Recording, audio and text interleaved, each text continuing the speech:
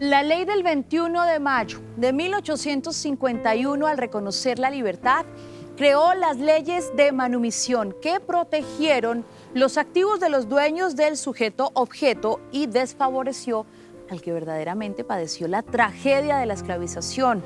Africanos, sus linajes, nacidos en este nuevo mundo, despojados violentamente de su condición de humanidad. Toda la lucha de la población africana o la población afrodescendiente es una lucha por la libertad, por un lado, y por convertirse en sujetos. Aquí lo que tenemos es una ambivalencia de la modernidad y del comienzo del desarrollo en este país del Estado-Nación. Se da la independencia, pero no es abolida la esclavitud. Yo lo pongo de esta manera. Si a alguna persona, algún familiar de estamos aquí, le capturan a alguien y se demuestra que esa captura fue injusta y lo encarcelan 2 años, él demanda ante el Estado y lo más probable es que gane y le recompensan, aunque sea en dinero, por esa injusticia. A unas personas que arrancaron de sus territorios y los trajeron como esclavizados, los explotaron, pues luego no se les reconoce eso, pero sí se les reconoce a quien usufructuó su trabajo. Y a esa libertad que debía hacerse efectiva se le empiezan a poner talanqueras. Para ellos el esclavo tenía que seguir siendo el ciudadano de menor valor y de hecho las leyes de vagabundaje posteriores a 1851 lo que van a decir es si usted es negro no puede portar ni siquiera una pala, porque si usted tiene una pala de repente le va a dar un golpe al antiguo amo. Usted lo único que tiene es su cuerpo, sus manos, su sudor para seguir trabajando.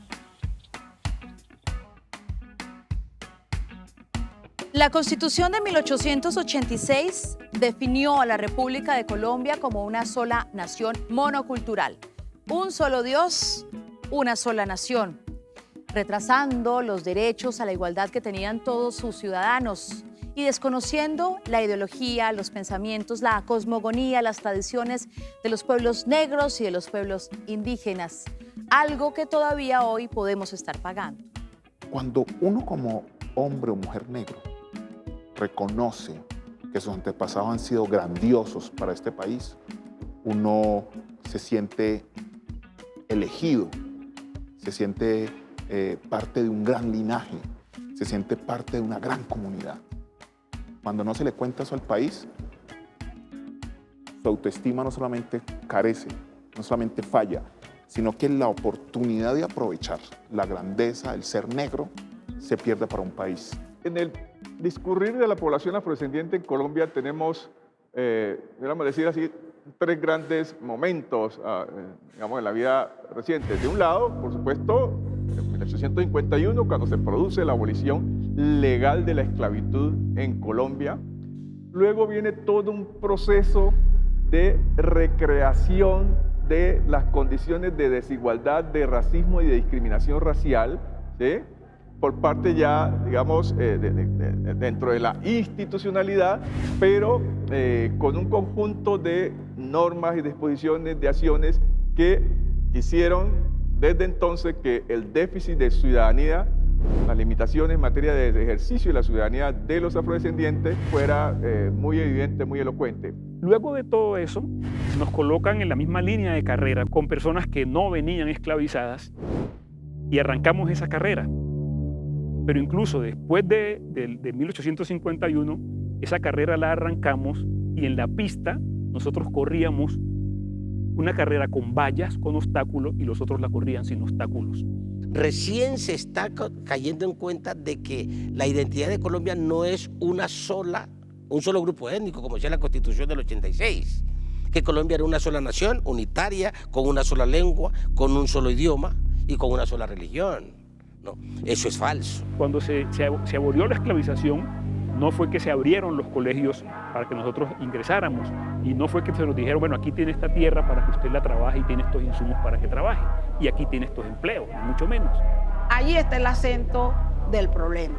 O sea, si nosotros participamos en todos esos procesos de esa manera revolucionaria, desde nuestra filosofía cimarrona, conquistamos nuestra libertad, no se explica hoy cómo seguimos al margen del Estado. O sea, nosotros como negros y como negras hemos seguido contando aquí para votar, pero no para ser elegidos. O sea, allí hay también un gran cuestionamiento que hoy las negras y los negros y los palenqueros y el pueblo afrocolombiano y el pueblo raizal estamos reclamando y estamos demandando.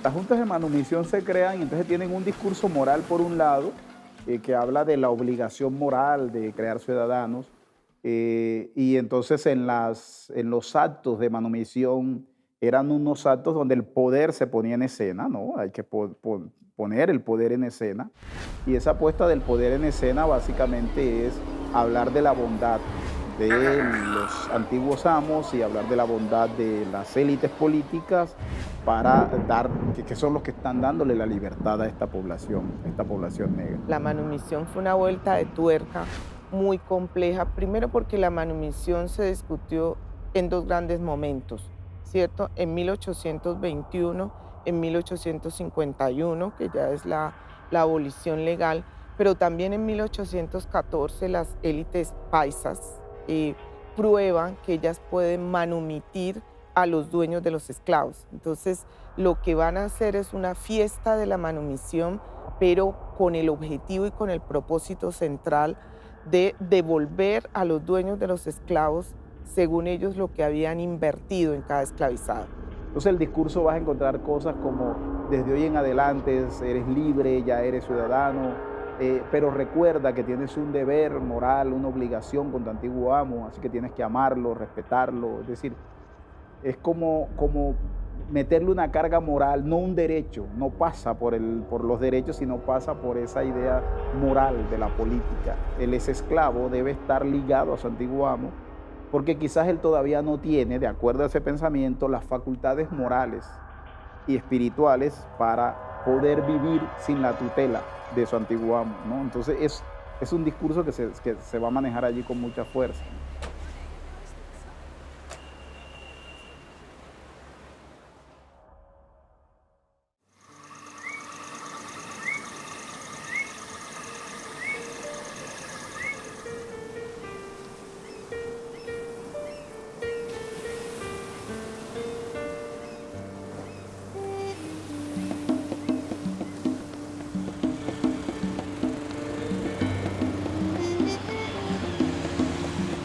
Bueno, maestra Rosmira, la obligada, ¿por qué es importante en esta zona del Pacífico? Bueno, Mabel, la obligada es algo que viene desde la creación. Esto es una cultura, una tradición, es algo que trae nuestras ancestras al ombligo del bebé. Cuando el niño nace, se mide, se corta. Antes pues se amarraba, cuando ya a los 7 días, 4 días, dependiendo, caía.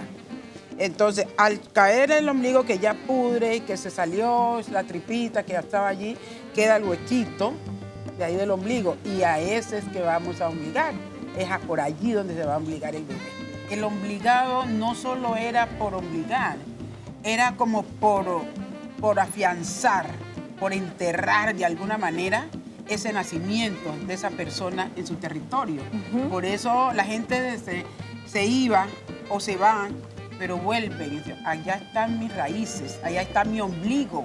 ¿Tú crees que hay una relación entre obligar, las parteras y el sentimiento de libertad que conservamos como comunidad? Totalmente, totalmente, porque cuando uno nace, uno ya viene con esa libertad, porque es la libertad de llorar, de gatear, de caminar, de agarrarse, luego a pensar y hacer cosas que uno dice, ve, ¿y este niño quién le enseñó eso? Esa es una libertad para él desarrollarse como persona. Entonces yo creo que ese es un vínculo que llevamos todos los seres humanos y debemos seguirlo conservando a nuestros nuevos nacientes.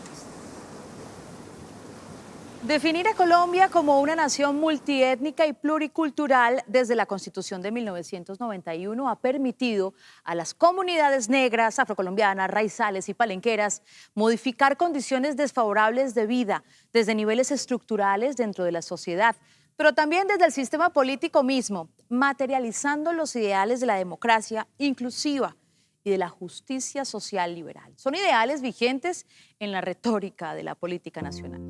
La Constitución Política de 1991 significó un salto cualitativo de la mayor importancia, precisamente porque después de tanto tiempo, por primera vez en un catálogo constitucional, se reconoció el carácter diverso y multicultural, pluricultural de Colombia.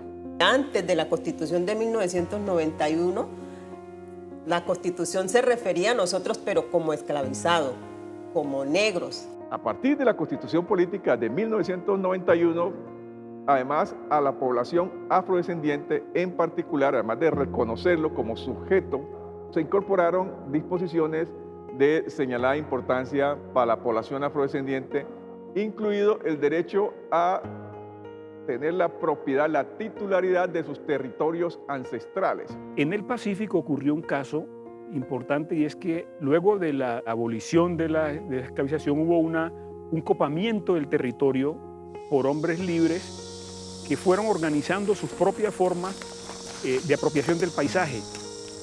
Y eso no registra de manera justa en la historiografía colombiana, porque no se hace un reconocimiento.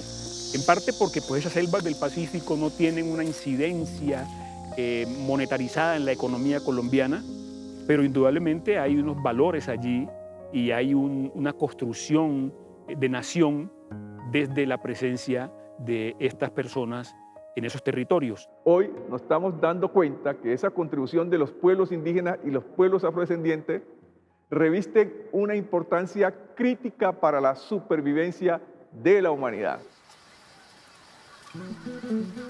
Ojalá se pudiera hablar de que estos 170 años que han transcurrido, desde el momento de que se declara la libertad, se pudiera hacer realidad, pero todavía hay mucho trecho por recorrer. Miremos entonces el paso que sigue, que es listo, una vez liberado todo el mundo. Muy bien. Por entonces, decreto, porque ajá. no fue, en la realidad no pasó así. Sí. Hay el decreto, Entonces, ¿qué sucede? más en la Sí. estructura del país sigue siendo la misma. Claro. Así es. Sigue siendo la misma centralista, con una mirada del centro y con ese desprecio a las minorías. Porque para nadie es un secreto que en Colombia lo que los llamadas minorías hoy disfrutamos, lo hemos tenido que caminar en la calle. Entonces, para poder hacer que Colombia sea realmente una nación pluriétnica y multicultural, hay que romper esos atavismos del racismo, de la discriminación y sobre todo de la xenofobia. Esos fenómenos todavía son muy evidentes y mientras no se rompan es imposible. No hay libertad, la libertad no existe, sino como un ideal muy bonito, pero todavía no es aplicable en términos concretos.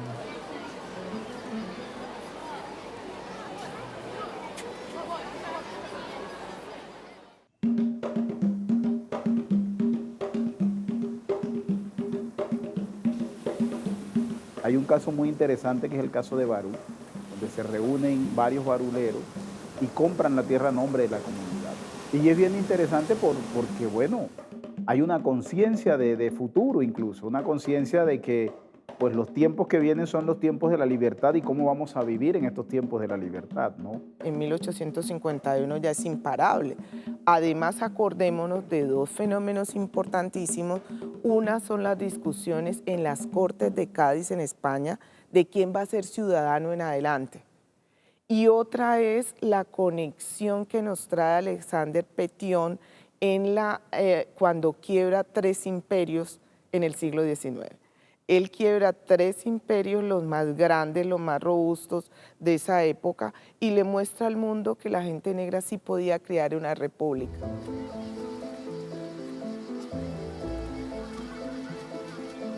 Señor presidente Alexandre Pétion, jefe supremo de la República de Haití, su benevolencia y protección aliviaron el profundo dolor de nuestros corazones libertarios, humillados en la derrota. Proclamo, mis generales, que usted un día será proclamado el verdadero libertador. A vuestra excelencia, benefactor de la libertad de la América del Sur. La independencia del yugo español adeudará por siempre. Su excelencia, usted conoce mis sentimientos a favor de las personas que luchan por la libertad. Por eso hoy le hablo con profunda decepción por la actitud de los nuevos pueblos americanos hacia la República de Haití. El desprendimiento de este presidente y toda su nación, que apoyaron con prontitud y sin derrota la emancipación de la corona española. Eternamente estaremos en deuda con Haití y la generosidad de su gente. La nobleza de vuestra excelencia será recompensada con la hermandad entre nuestros pueblos, afianzados en la fraternidad, libertad y la igualdad que brotan desde nuestros corazones. Bolívar. Permítame, Su Excelencia, ofrecerle mi perdón para reparar el olvido que América del Sur tuvo con la República de Haití, honrando así la fraternidad, lealtad, igualdad que brota siempre de nuestros corazones. Su más fiel servidor, Alexandre Pétion. Ese es Pétion. Pétion tiene un rol tan definitivo en todo esto que Bolívar le debe la mitad de la independencia a Haití. Hoy que no estudiemos Haití como parte de toda esta epopeya, uno dice solamente porque somos una sociedad racializada. ¿Sí? Por eso no queremos reconocer ese papel tan extraordinario que junta de alguna manera todo este proceso por el Caribe, que lo junta por el Océano Atlántico y que lo devuelve y lo enlaza con África. D'abord de servitude pendant la période esclavagiste. Servitude marquée par la violence idéologique du racisme et la violence physique.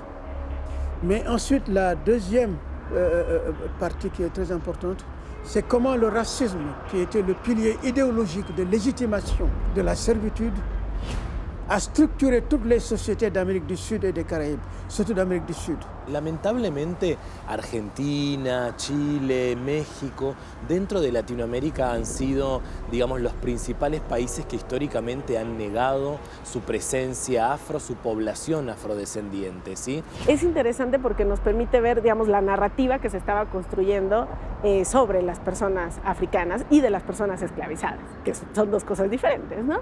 Y por otro lado, podemos ver, por ejemplo, digamos, el avance, por decirlo de alguna manera, de las características de las cuales se les iba dotando o quitando a las personas de origen africano, dependiendo, digamos, el contexto en el que se encontraba. Entonces vemos cómo los animalizaban, por ejemplo, Y cuando digo animalizar es como ponen una persona albina o con vitiligo al lado de un animal como un dálmata, ¿no?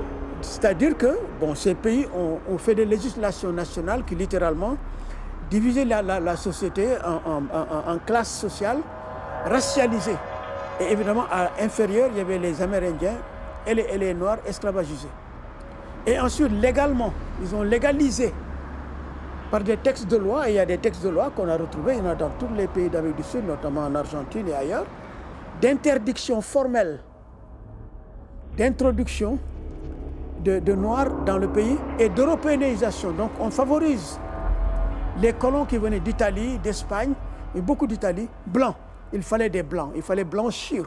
Argentina ha sido gestada en un proyecto de blanquitud, ¿no? Y sobre todo en este cono sur. Argentina es la Francia, ¿no? Uruguay es la Suiza de América, y eso ha invisibilizado históricamente a su población afroargentina, nativa, a su población negra. This whole idea of colorism, it's a shame, but it happens, and it goes back to slavery because masters would think of the lighter-skinned Africans or the lighter-skinned enslaved as better people. Venimos de una herencia colonial y virreinal donde la blancura era valorada, porque era lo que te daba acceso a tener ciertos puestos y ciertos cargos políticos, ciertos espacios gubernamentales, ¿no? Lamentablemente esa matriz blanca, racista, eurocéntrica está muy impregnada y tenemos un gran desafío hoy, ¿no? Creo que como comunidades afrodescendientes,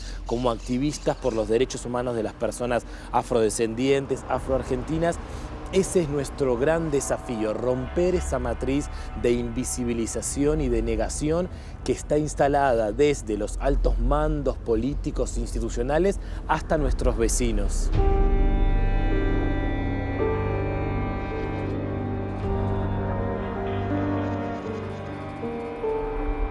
El logro de la abolición de la esclavitud en Colombia, firmada hace 170 años, manifiesta una libertad adquirida por los africanos esclavizados desde el primer momento que llegaron a tierras americanas.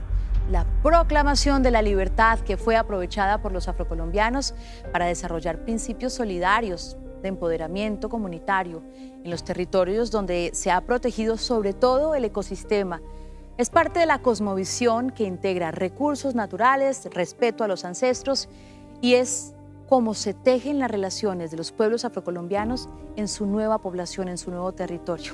Esperanzas de libertad.